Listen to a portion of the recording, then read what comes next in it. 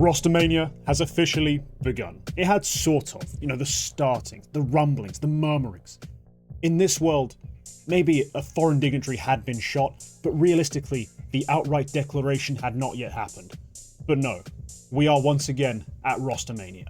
ropz has moved from FaZe to Vitality. Now I say like he's moved as if he's actually already gone. He hasn't gone anywhere.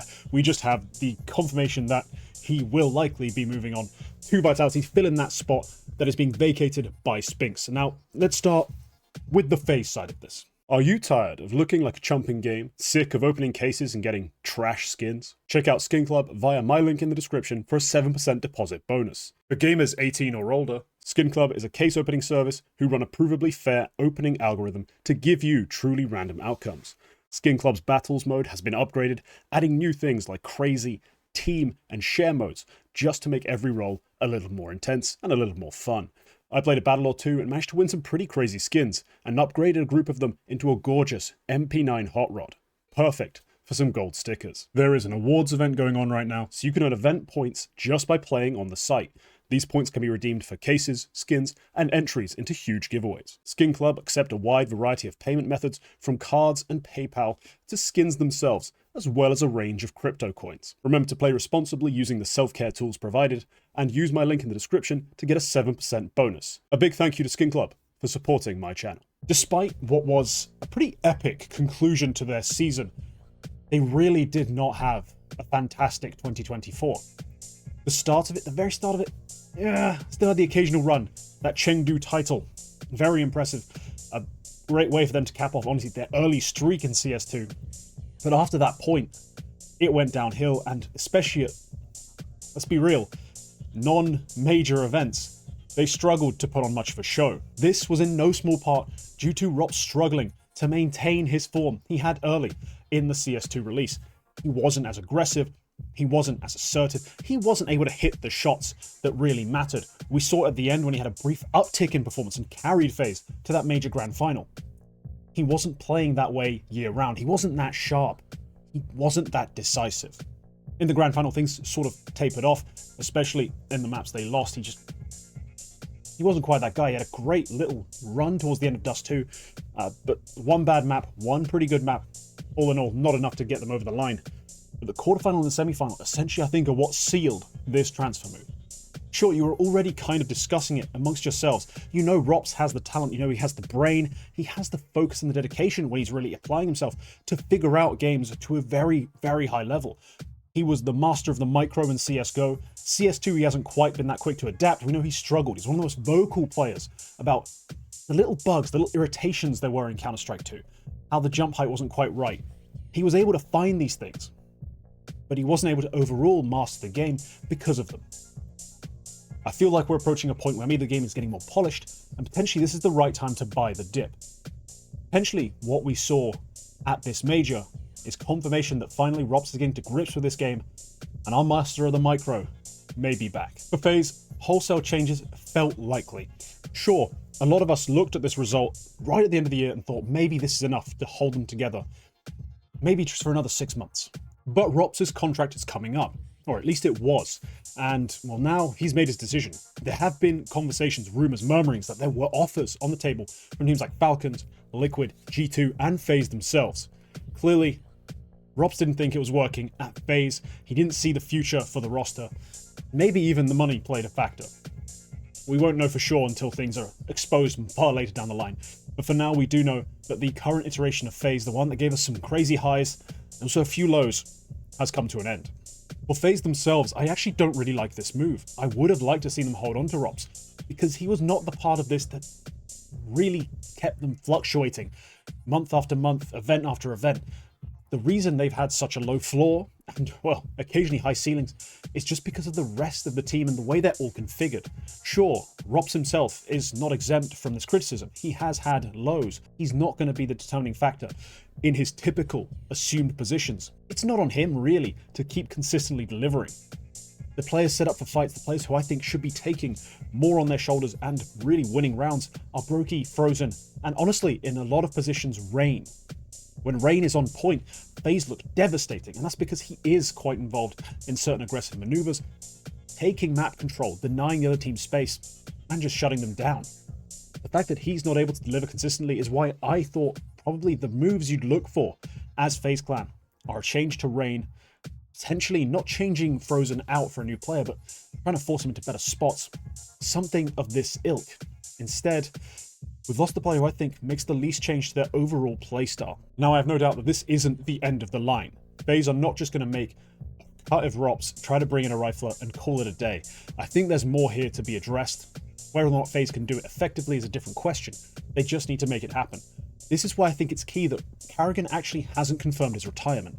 Replacing ropz, finding a new way to balance the roster, potentially having to replace Rain, all of these things are going to need a really steady hand with a lot of experience making rosters come together. Maybe he could do it from the coach role, but I'd rather see it as an IGL for now for karrigan. Let's move on to Vitality. How is this going to work? Now, he does come in to replace Spinks, who in some ways is similar. He does like to lurk. He isn't too aggressive, but on the CT side, he is a star, and ropz's current CT roles are primarily clashing with flameZ and mezii, not so much meshing with what Spinks has left behind. But for me, this isn't a big deal. Now, I've seen it made a big deal in the Nell tweet that he put out, giving us some info, some insight. But I'm not bothered about the CT positions, really, because I've seen flameZ for years now. Well, not that long. I'm maybe exaggerating. Timelines feel far longer when you watch the game every second of every day. But for a little while now, I've been watching flameZ play off roles on CT, play anchor spots. Spots I think are wasted on him. He's such an amazing player when you actually get him in the action, in the muss, in the fuss, in the muck. He is an aggressive player who needs to be used as such. Instead of having him anchor A on Mirage, he should be playing short. That's simple. That's just a fact. He needs to be more active, and I don't think they should be relying on ropz to fill in those spaces. It should be flameZ taking himself to the fore, being the star rifler Vitality needs, and ropz will fill in the spaces that he leaves behind. For the past year, flameZ has been one of their best players in arenas and in elimination games. He gets stronger compared to the easy group work where ZywOo, Spinks just take care of business. He's been able to deliver in the biggest matches, and that's been key to Vitality's few deep runs. Like, we've seen them make playoffs time and time again, but actually going beyond that point has been difficult for them because players like ZywOo, like Spinks, have not been delivering in the very big matches. flameZ, on the other hand, has been consistent, and that's why he's been one of my favorites. There is also the question of how ropz meshes with mezii. I don't really care. Honestly, for me, the T side is pretty simple to figure out. ropz gets to play whatever he wants. mezii, fill in the gaps. This isn't a very complicated equation. ropz is your new player. ropz is the player you hope to bring you to the next level. As much as I do like what I've seen from mezii at a couple of events, it's primarily because of the roles he's in that I'm impressed. You know, the context is what allows me to be like, those numbers are good, these performances are acceptable. I actually like the fights you're taking and the fights you're winning, mezii. Keep it up. It's all context dependent. If we look at what this means for Vitality, though, I'm a bit miffed. Now, overall, we've now arrived at a point where Vitality have made a change. They were a team who had the talent on paper to go win events, but never really delivered. They got to the stages, and excepting Cologne, that's the one exception, they weren't able to actually make it happen. I'm not sure this is exactly the move they needed. There are a few upsides that I think are important to consider. Now, ropz isn't Spinks, and I don't say that just to be facetious. Yes, we all know ropz isn't Spinks, but there's been enough murmuring, some of it public, some of it not, about Spinks as a teammate potentially being a bit of an issue on Vitality, them not getting along very well, his reaction, his attitude to things happening, overall being a bit of a negative. This simple change, just bring out a guy who's a little bit toxic, potentially to the team environment. I'm not saying specifically anything wrong with Spinks, but maybe it's just a question of chemistry. And bringing someone new who doesn't necessarily look that thrilling in terms of an upgrade in firepower, but at least is a more palatable character to have around. Maybe that will help out and allow the team to focus more on winning games that they really should be winning. They should not be consistently 6th to 3rd. Like, that should not be their range. They should be winning events. They have ZywOo, for crying out loud. The question then becomes, can ropz return to his old form? Potentially even bring back some of those performances we saw just in the last major, where in the quarterfinals, semifinals, he wasn't just getting the right spots, he was hitting some crazy shots. I did a whole video just breaking it down primarily about how karrigan outmaneuvered G2 on Ancient, but also just the shots ropz was hitting. Absolutely incredible. Things we don't typically see from him in 2024, he brought back. So This was a great move in terms of buying the dip. It's a risk I like, not because I think it's a guarantee to work, but because you've at least taken a bold stance. You've decided you're going to improve, you liked what you saw, and you're going to commit to a player. I can respect. As for FaZe, we now need a fifth. We obviously might need a whole new team. Now I'm just going to suggest some moves that I've kind of in my mind for FaZe in general. I'm not sure how much it's going to help here, but I think at least in terms of the roles they have, there's been some issues. Frozen and ropz on the same roster, neither one has been aggressive enough for me, so I would genuinely be interested in them going out and getting a purely aggressive rifler. Not a wishy-washy, maybe sometimes aggressive, guy who's kind of scared to take the fights. Honestly, I would be going out and getting a player like Mattis.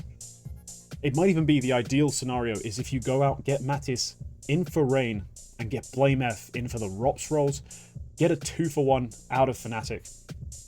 I honestly think those two guys working with Karrigan for at least 6 months, then we can think about IGL changes if those are necessary, might be the way forward for them. They've needed star rifle power. They've needed riflers who can honestly constantly deliver. And if we look at the advanced metrics, Mattis is incredible. He wins really difficult fights, and he's willing to take them at an incredibly high rate. I would be willing to make that move. Putting a lot on the line there, but that's a change I think would be interesting to watch. As for more standard generic options, I'm talking about moves where you're just bringing in a ropz replacement, not necessarily going out to make a big change like, say, that Mattis and blameF sort of duo.